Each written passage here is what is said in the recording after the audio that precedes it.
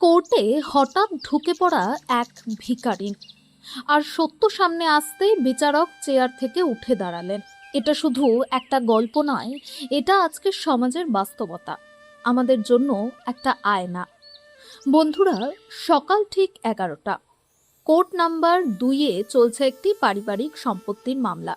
কোটি টাকার সম্পত্তি নিয়ে দুই ভাইয়ের মধ্যে তীব্র বিবাদ, আর মাঝখানে দাঁড়িয়ে আছে এক ধনী ছেলে, দামি স্যুট পরে আত্মবিশ্বাসে ভরা। তার পেছনে বসে আছে তার স্ত্রী, মহামূল্যবান শাড়ি হাতে, ঝলমলে চুড়ি, আর মুখে সেই একই ভাব, আমরাই ঠিক। সামনে উঁচু আসনে বসে আছেন বিচারপতি আর কে মিত্র। তিনি প্রশ্ন করছেন, আইনজীবীরা জবাব দিচ্ছেন, সবকিছু নিয়ন্ত্রণে ছিল। হঠাৎই কোর্টের বাইরে থেকে ভেসে এলো এক ভাঙা কণ্ঠস্বর, আমাকে ভেতরে যেতে দিন। প্রথমে কেউ তেমন গুরুত্ব দিল না, এমন আওয়াজ কোর্টে প্রায়ই আসে, কিন্তু পরের মুহূর্তেই সেই কণ্ঠ আরো পরিষ্কার শোনা গেল, আমি সাক্ষ্য দিতে আসিনি, আমি নীরবতা ভাঙতে এসেছি। এবার সবার দৃষ্টি ঘুরে গেল দরজার দিকে।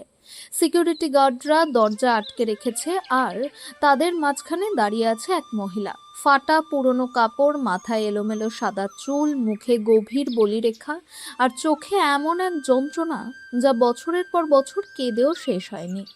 তিনি সাধারণ কেউ নন, তিনি যেন এক ভিখারিনী।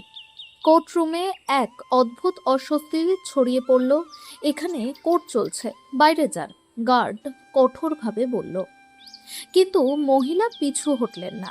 ঠোঁট কাঁপতে কাঁপতে আবার বললেন, আমি সাক্ষ্য দিতে আসিনি, আমি নীরবতা ভাঙতে এসেছি। বিচারক হাতুড়ি তুলে বললেন, সিকিউরিটি, ব্যাপারটা কি? গার্ড বলল, স্যার, এই মহিলা জোর করে ঢুকতে চাইছে। বিচারক প্রথমবার ভালো করে মহিলার দিকে তাকালেন। মহিলার দৃষ্টি তখন সোজা কোর্টের মাঝখানে দাঁড়ানো সেই ধনী ছেলেটির দিকে। ছেলেটির মুখ হঠাৎ ফ্যাকাশে হয়ে গেল। তার স্ত্রী আস্তে করে তার হাত চেপে ধরল। মহিলা আঙ্গুল তুললেন, ভয় দেখানোর জন্য নয়, শুধু বললেন, এই তো সেই ছেলে, সাহেব।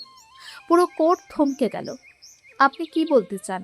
বিচারকের কণ্ঠে এখন কড়াকড়ির চেয়ে সতর্কতা বেশি।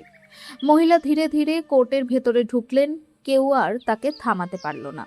প্রতিটা পদক্ষেপ যেন ভারী, যেন বছরের পর বছর জমে থাকা ক্লান্তি মাটিতে ঝরে পড়ছে। তিনি কোর্টের মাঝখানে এসে দাঁড়ালেন, তারপর বললেন, আমি এর মা।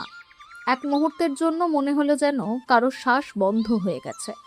আইনজীবীদের কলম থেমে গেল, মক্কেলরা সোজা হয়ে বসলো, আর সেই ধনী ছেলেটির চোখ নিচের দিকে নেমে গেল। এটা মিথ্যে। হঠাৎ চিৎকার করে উঠল সে, জজ সাহেব, এই মহিলা মানসিকভাবে অসুস্থ। মহিলা তার দিকে তাকালেন। সেই দৃষ্টিতে রাগ ছিল না, ছিল শুধুই এক ভাঙা মায়া। তিনি ধীরে বললেন, যদি আমি পাগল হতাম তবে আজ ভিক্ষা করে রুটি চাইতাম, ন্যায় চাইতাম না। বিচারক হাতুড়ি নামিয়ে বললেন, আপনার নাম কি? মহিলা হালকা শ্বাস নিয়ে বললেন, নাম তো অনেক আগেই হারিয়ে গেছে সাহেব, এখন সবাই আমাকে শুধু মাঝি বলে ডাকে। কোর্টে বসে থাকা কয়েকজন বয়স্ক মহিলার চোখ ভিজে উঠল। বিচারক জিজ্ঞেস করলেন, আপনি এখানে কেন এসেছেন? মহিলা একবার ছেলের দিকে তাকিয়ে বললেন, কারণ আজ এখানে একটা বাড়ির বিচার হবে, আর সেই বাড়ির মা বাইরে বসে ভিক্ষা করছিল। কোর্টে ফিসফাস শুরু হয়ে গেল। ছেলেটির স্ত্রী উঠে দাঁড়িয়ে বলল, জজ সাহেব, আমরা কখনো এই মহিলাকে বাড়ি থেকে বের করিনি, উনি নিজে চলে গিয়েছিলেন। মহিলা হালকা হাসলেন। ওটা পরাজয়ের হাসি ছিল না, ওটা ছিল এক মায়ের হাসি। হ্যাঁ সাহেব, আমি নিজেই চলে গিয়েছিলাম। তিনি আরও বললেন, কারণ আমার বৌমা আমাকে বলেছিল, মা, বাড়িটা আর আগের মতো নেই। প্রতিটা সিদ্ধান্তে আপনার অসুখ, আপনার ওষুধ, আপনার কষ্ট সব দেখতে হয়। মানুষ জিজ্ঞেস করে, আপনি কেমন আছেন, আর আমাদের বারবার উত্তর দিতে হয়।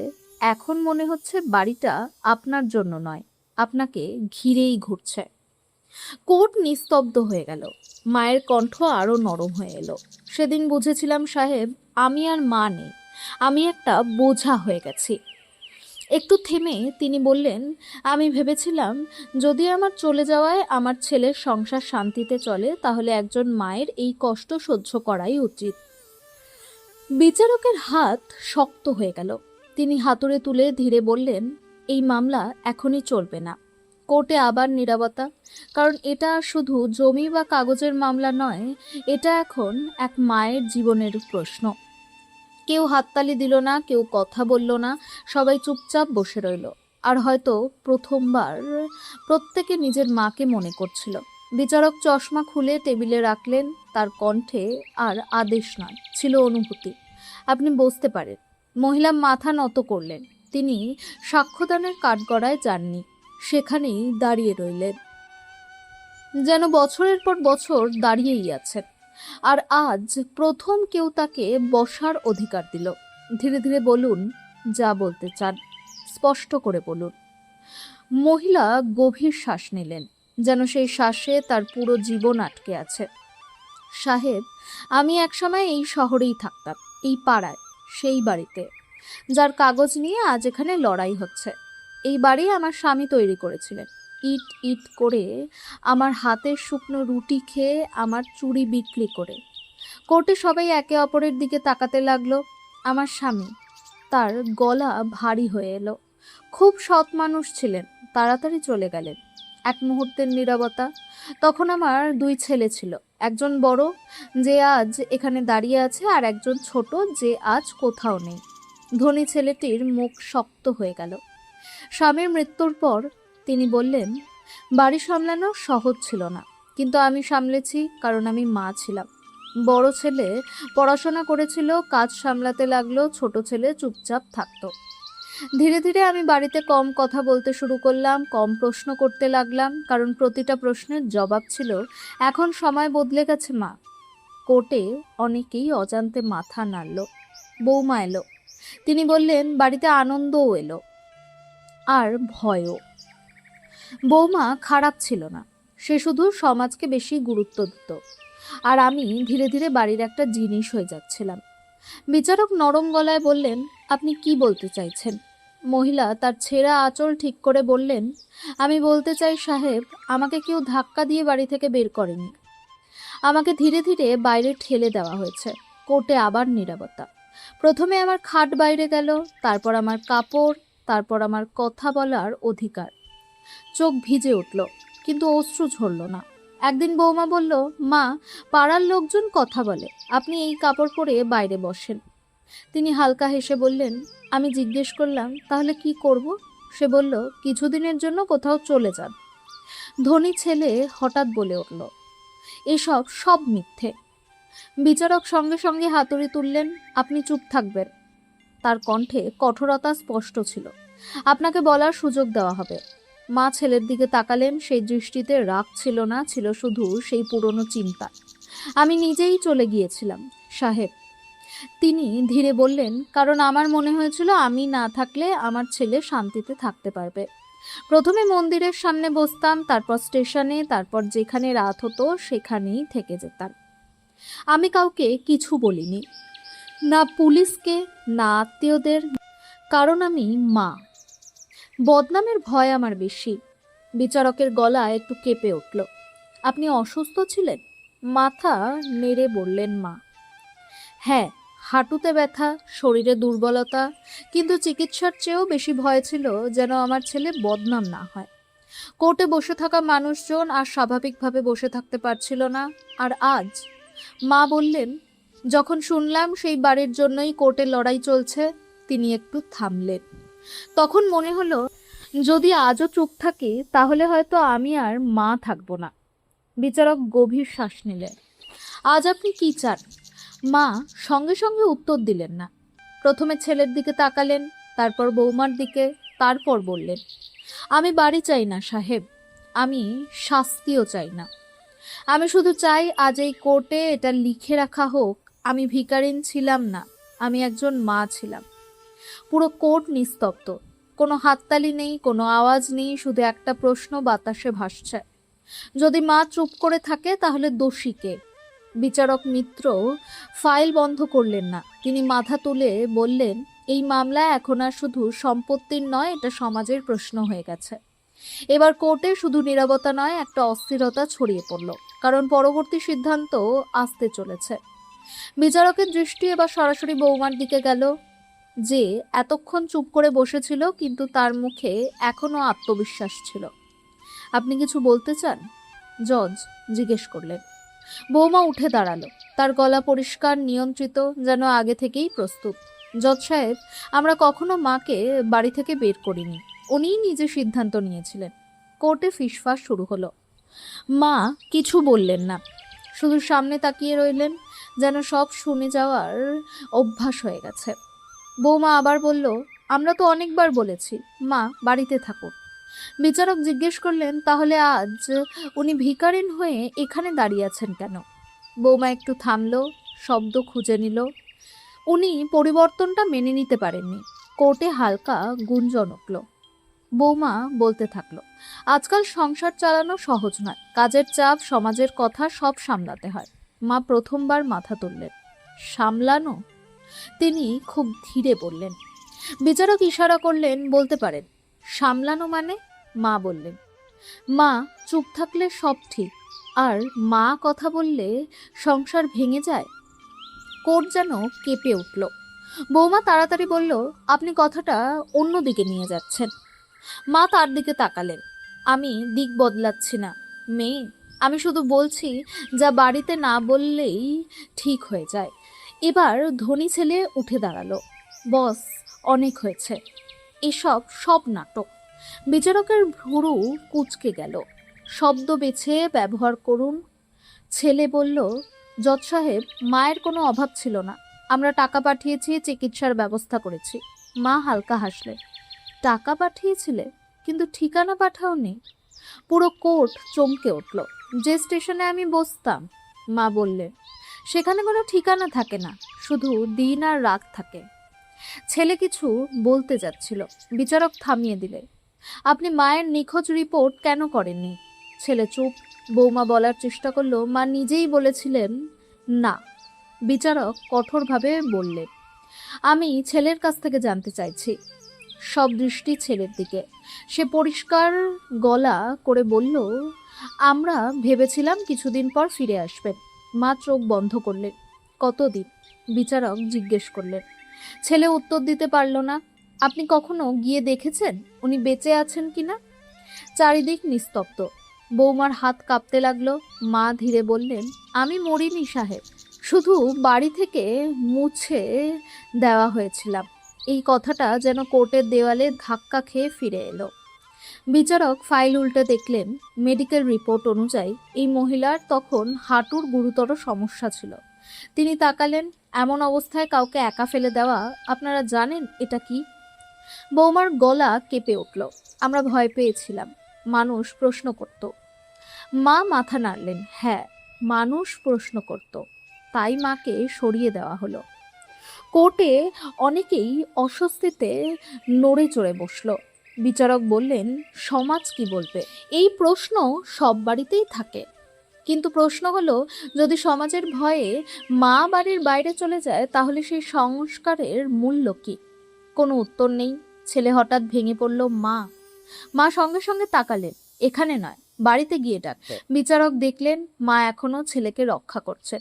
তিনি নির্দেশ দিলেন, কোর্ট মেডিকেল রেকর্ড, পুরনো ঠিকানা ও পারিবারিক নথি যাচাই করবে। হাতুড়ি পড়ল, কারণ এখন এই মামলা শুধু জমির নয়, একজন মায়ের অস্তিত্বের। পরবর্তী তারিখে আবার শুনানি শুরু হলো, কিন্তু পরিবেশ বদলে গেছে। এটা শুধু নথি আর যুক্তির মামলা নয়, এটা অন্তরের বিচার। পুরনো ফাইল, মেডিকেল রিপোর্ট সব কোর্টে আনা হলো। ক্লার্ক পড়তে শুরু করলো, হাঁটুর গুরুতর সমস্যা, হাঁটতে অসুবিধা, নিয়মিত ওষুধ প্রয়োজন। প্রতিটা শব্দে কোর্ট ভারী হয়ে উঠছিল। বিচারক ছেলের দিকে তাকালেন। এই অবস্থায় আপনি কি কোনো স্থায়ী ব্যবস্থা করেছিলেন? ছেলে স্ত্রীর দিকে তাকালো। প্রশ্নটা আপনাকেই করা হয়েছে। বিচারক কঠোর হলেন। ছেলে বলল, আমরা ভাবছিলাম। মা হালকা বললেন, ভাবা ভালো, যদি সঙ্গে দেখা করাও যায়। মানুষজন এখন খোলাখুলি মায়ের দিকে তাকাচ্ছিল। বিচারক আরেকটা ফাইল তুললেন। পড়শিদের বক্তব্য, মহিলাকে প্রায়ই একা বাইরে বসে থাকতে দেখা যেত। বৌমার মুখ ফ্যাকাশে। আপনি কখনো প্রশ্ন করেননি? আমরা ভেবেছিলাম মা তাজা হাওয়া পছন্দ করেন। মা মাথা নিচু করলেন। তাজা হাওয়া? এতটাই তাজা যে ঘরের হাওয়া আমার জন্য বন্ধ হয়ে গেল। কারো চোখে জল চলে এলো। বিচারক বললেন, আপনি এখন কি চান? সবাই ভাবলো এবার মা বাড়ি চাইবেন, কিন্তু মা মাথা নাড়লেন। আমি চাই না, আমার জন্য আমার ছেলে জেলে যাক। কোর্টে চাঞ্চল্য। বৌমা স্বস্তির নিঃশ্বাস ফেলল, কিন্তু বিচারক কড়া হয়ে গেলেন। আপনি বুঝে বলছেন? মা বললেন, আমি মা, বুদ্ধির চেয়ে হৃদয় বেশি কাজ করে। তাহলে আপনি কি চান? মা কাপা হাতে বললেন, আমি চাই এই কোর্ট স্বীকার করুক আমি বাধ্য হয়ে বাড়ি ছেড়েছি, নিজের ইচ্ছায় নয়, পরিস্থিতির কাছে হেরে। ছেলে ভেঙে পড়ল। মা, আমাকে মাফ করে দাও। সে এগোতে গেল, মা হাত তুলে থামালেন। এখানে নয়, এখানে আমি মা নই, আমি একজন নারী যে তার পরিচয় ফিরে পেতে এসেছে। বিচারক গভীর শ্বাস নিলেন, তিনি বৌমার দিকে তাকালেন। আপনি কিছু বলবেন? বৌমার গলা কাঁপছিল। আমি ভয় পেয়েছিলাম মানুষ কথা বলতো। বিচারক তৎক্ষণাৎ বললেন, মানুষের কথা কবে থেকে মায়ের চেয়ে বড় হয়ে গেল? কোনো উত্তর নেই। বিচারক রায় দিলেন, এই আদালত মানছে এই মহিলাকে মানসিক ও সামাজিকভাবে বাড়ি থেকে আলাদা করে দেওয়া হয়েছে। হাতুড়ি পড়ল, মা চোখ বন্ধ করলেন। কিন্তু বিচারক আবার বললেন, শেষ প্রশ্ন, আপনি কি সেই বাড়িতে ফিরে যেতে চান? সবাই অপেক্ষা করছে। মা অনেকক্ষণ চুপ, তারপর বললেন, সেই বাড়ি আর বাড়ি নেই সাহেব। বাড়ি সেই জায়গা যেখানে প্রশ্ন করতে ভয় লাগে না, যেখানে মাকে নিজেকে প্রমাণ করতে হয় না। তার কণ্ঠ শান্ত ছিল, কিন্তু প্রতিটা শব্দ যেন কোর্টের প্রতিটি মানুষের হৃদয়ে গিয়ে লাগছিল। বিচারক হাতুড়ি তুললেন। আদালত পরবর্তী রায় সমস্ত তদন্ত শেষ হওয়ার পর ঘোষণা করবে। হাতুড়ির শব্দ পড়তেই সবাই দাঁড়িয়ে গেল, কিন্তু মা সেখানেই দাঁড়িয়ে রইলেন। বিচারক তাকিয়ে বললেন, আপনি বসতে পারেন। মা মাথা নাড়লেন। আমি তো বছরের পর বছর দাঁড়িয়েই আছি সাহেব। আজ বসে পড়লে হয়তো মনটাই ভেঙে পড়বে। ধীরে ধীরে কোর্ট খালি হতে লাগলো। পেছন থেকে ছেলে ডাকলো, মা, অন্তত আজ আমার সাথে চলো। মা ঘুরে তাকালেন। সেই দৃষ্টিতে এখনো মায়া ছিল। আজ নয়, তিনি বললেন, আজ আমাকে নিজের সাথেই যেতে হবে। এবং ধীরে ধীরে কোর্ট থেকে বেরিয়ে গেলেন। পেছনে রয়ে গেল কিছু কাগজ, কিছু চেয়ার আর ভেঙে পড়া সংস্কার। কয়েকদিন পর কোর্টের শেষ শুনানি শুরু হলো, একটু দেরিতে। হয়তো ফাইল প্রস্তুত ছিল না বলে নয়, বরং সবাই জানতো আজকের রায় শুধু কাগজে নয়, মানুষের মনে লেখা হবে। বিচারপতি মিত্র নিজের আসনে বসে আছেন। সামনে সেই একই মানুষ, কিন্তু মুখে ক্লান্তি আর বাতাসে ভারী নীরবতা। মা আবার কোর্টে দাঁড়িয়ে, আজও সেই ছেঁড়া কাপড়ে, কিন্তু আজ তার পিঠ আর ঝুঁকে নেই। বিচারক ফাইল খুললেন। এই আদালত সমস্ত নথি, মেডিকেল রিপোর্ট ও সাক্ষীদের বক্তব্য পর্যালোচনা করেছে। প্রতিটা শব্দের সাথে কোর্ট আরো নিস্তব্ধ হয়ে উঠছিল। আদালত এই সিদ্ধান্তে পৌঁছেছে, এই মহিলা স্বেচ্ছায় বাড়ি ছাড়েননি। ছেলের শ্বাস যেন আটকে গেল। এটাও প্রমাণিত হয়েছে, সামাজিক চাপ, অবহেলা এবং মানসিক দূরত্ব তাকে বাড়ি ছাড়তে বাধ্য করেছে। বৌমা চোখ বন্ধ করে ফেলল। বিচারক সরাসরি মায়ের দিকে তাকালেন। আইন অনুযায়ী এই মহিলা ওই সম্পত্তির বৈধ অংশীদার। কোর্টে হালকা গুঞ্জন উঠল, কিন্তু বিচারক থামিয়ে বললেন, তবে আদালত কাউকে জোর করে বাড়ি ফিরতে বাধ্য করতে পারে না। সবাইয়ের দৃষ্টি এখন মায়ের দিকে। তাই আদালত আপনাকে জিজ্ঞেস করছে, আপনি কি চান? মা গভীর শ্বাস নিলেন। সেই শ্বাসে লুকিয়েছিল বহু বছরের কষ্ট। স্টেশনের রাত, মন্দিরের সিঁড়ি আর সেই ক্ষুধা, যা রুটির চেয়ে বেশি সম্মান চেয়েছিল। তিনি ছেলের দিকে তাকালেন। ছেলে কাঁদছে। মা, আমাকে মাফ করে দাও, চলো বাড়ি, সব ঠিক করে দেব। কোর্ট নিঃশ্বাস বন্ধ করে অপেক্ষা করছে। মা ধীরে মাথা নাড়লেন। বাবা, ক্ষমা চাওয়া হয় ভুলের পর, আর ভুল তখন হয় না যখন মা বাড়ি ছেড়ে যায়। ভুল তখন হয় যখন বাড়ি মাকে ছেড়ে দেয়। ছেলে মাটিতে বসে পড়ল। মা বিচারকের দিকে তাকালেন। সাহেব, আমি মা ছিলাম, তখন আমার সেই বাড়িতে অংশ দরকার ছিল। এখন আমি যখন ভিখারিন হয়ে গেছি, তখন আর সেই বাড়ি চাই না। কোর্ট নিস্তব্ধ। আমি চাই, মা বললেন, বাড়িটা কাগজে আমার নামেই থাকুক, কিন্তু আমি সেখানে কখনো না থাকি। সবাই অবাক। কেন? বিচারক জিজ্ঞেস করলেন। মায়ের কণ্ঠ শান্ত, কারণ যে বাড়িতে মাকে প্রমাণ করতে হয় যে সে মা, সেই বাড়ি আর বাড়ি থাকে না। বিচারক গভীর শ্বাস নিলেন। তাহলে আপনি ওই সম্পত্তির কি করতে চান? মা এক মুহূর্তও না ভেবে বললেন, ওই বাড়িটা একটা বৃদ্ধাশ্রমকে দিয়ে দিন। কোর্ট যেন স্তব্ধ হয়ে গেল। যাতে মা বললেন, আর কোনো মা আমার মতো স্টেশনে বসে না থাকে। বৌমা হাউ মাউ করে কেঁদে ফেলল। ছেলে এগিয়ে এলো, মা আমি তোমাকে এভাবে যেতে দেব না। মা তার হাত ধরলেন। আমি অনেক বছর আগে চলে গিয়েছিলাম, আজ যেতে আসিনি, আজ ফিরতে এসেছি নিজের কাছে। বিচারক হাতুড়ি তুললেন। আদালত এই মহিলার সিদ্ধান্তকে সম্মান জানায়।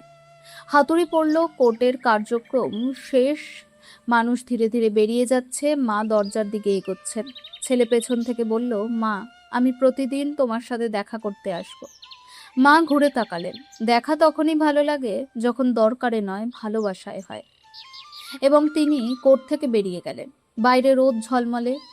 প্রথমবার তাকে কারো কাছে ভিক্ষে চাইতে হলো না। তিনি আকাশের দিকে তাকিয়ে ধীরে বললেন, আজ আমি ভিখারিন নই, আজ আমি একজন মা হয়ে বেরিয়েছি। বন্ধুরা, অনেক সময় জীবনের সবচেয়ে বড় সত্যগুলোই সবচেয়ে নীরব থাকে। এই গল্প আমাদের শেখায়, মা যদি চুপ থাকে তার মানে এই নয় যে তার কষ্ট নেই, বরং অনেক সময় মা চুপ থাকে শুধু তার সন্তানের দুনিয়া ভেঙে না যাক বলে। কিন্তু মনে রাখবেন, যে বাড়িতে সম্মান বাঁচাতে গিয়ে মাকেই বের করে দিতে হয়, সেই বাড়ি বড় হতে পারে কিন্তু কখনো শক্তিশালী হয় না। এখন প্রশ্ন আপনাদের জন্য, যদি আপনার মা একদিন চুপ হয়ে যায়, আপনি কি বুঝতে পারবেন সেই নীরবতা মমতা না ভাঙনের? আর যদি একদিন সত্য সামনে আসে, আপনি কি অনুতাপের আগেই তাকে থামাতে পারবেন? আপনার মতামত কমেন্টে লিখুন। যদি আপনি আপনার মাকে ভালোবাসেন, একবার মা লিখে জানান। গল্পটা ভালো লাগলে লাইক ও শেয়ার করুন।